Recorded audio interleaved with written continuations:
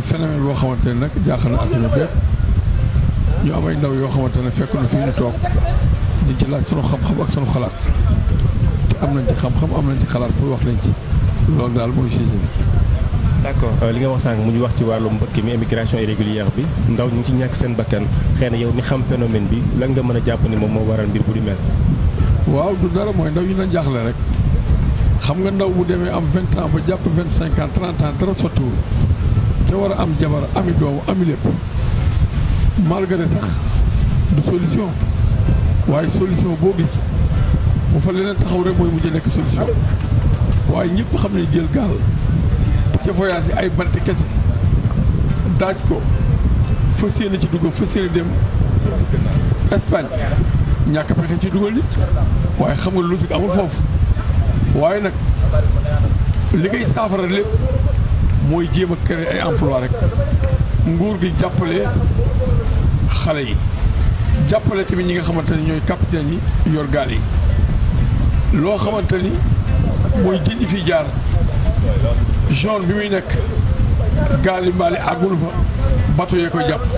te bu nu ko bàyyi woon mën a wàcc kon ki la dimbaliwul ci bateau yi ba nga mën a jàpp jën wi kon moom la jaaxle war a liggéey tamit te liggéey woo te war a faj amuloo moo tax nu jël gaal yi rek waaye gaal yi mos ta nekk solution li bëgg nag surtout ñun Cambérène yar nañ sunu njaboot ñu ngi wax ak ñoom chaque jour ñu ngi def loo xam ne état joxuñu lu dara waaye ñoo jël seen i moyens bopp di jéem a téye moo nii boo taxee fee ca tefes ga lu ëpp 7 gaal 8 gaal nga fa amul benn banque ku mu fa financé pour mu defar gaal ñu ñëwee boole suñuy may suñuy man-man ak suñuy amam ba mën a taxawal gaal di taxawal société boo xamante ne nag banque jàppalew la état jàppalew la ci koo xam day foraatu metti na ñun nag lii ñu def lépp moom lañu koy defal tey ndaw yi ñu téye fii tey malgré mënuñu leen téye waaye lu amas néew ci leen leen di jox ñoo def seen njaboot yi kon daal état daal bu bëggee dimbali ndaw ñi na yokk business bi kenn ku ci ne di ci for bu ndaw ñi liggéeyee rek léegi wax ci jeex léegi solution léegi mën a am solution waaye tant que loolu amul tefes go fi dem da ngay wax la nga xam rek xale yi buy dem sax doo leen yëg ñun nag yàlla dimbali nañu gaal yaa ngi nii le amee nañu banque yi xaalis mënuñu koo fay waaye lépp pour bañ booy dem ci bëkk bi rek yéen ñi nga xam ne ay ndaw ngeen nag nee leen bu nu bëggee dimbali nit ñi dañuy dimbali ci napp bi dimbali lu tamit ci ndaw ñi wut liggéey yu leen jox tool yaa ngi fi géej yaa ngi fi financement yaa ngi fi waaye lan moo tax defal ko ci ndaw ñi kon daal ne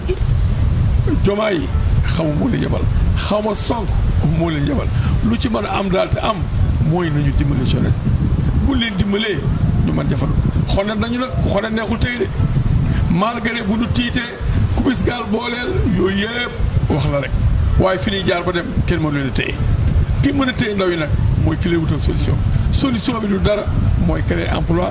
dimbali nii ci projet yi dimbali ci xaalis bu liggéey loolu daal laa xam ne bu ko defee solution am.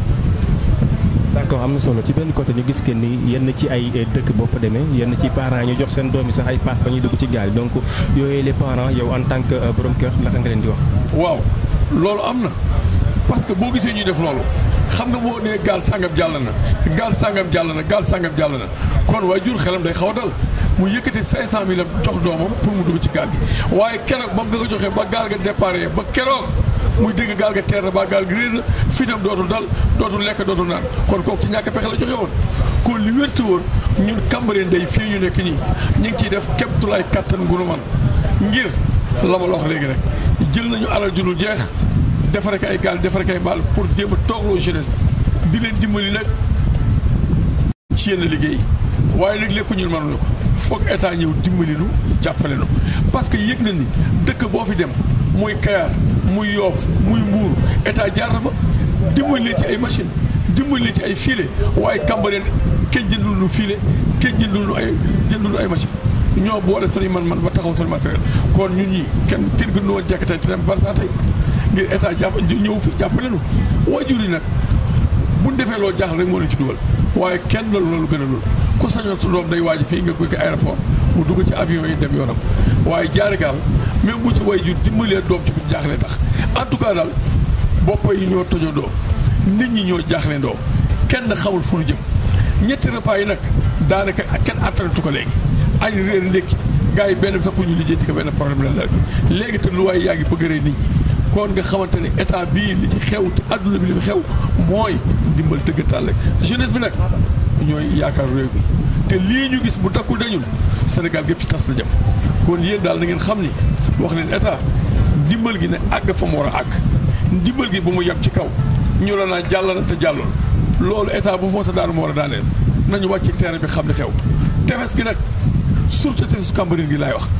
li tefes yëpp amu ci dara kenn joxulu ci machine yi kenn joxulu ci soytaas yi kenn joxulu ci gaal yi kenn joxulu dara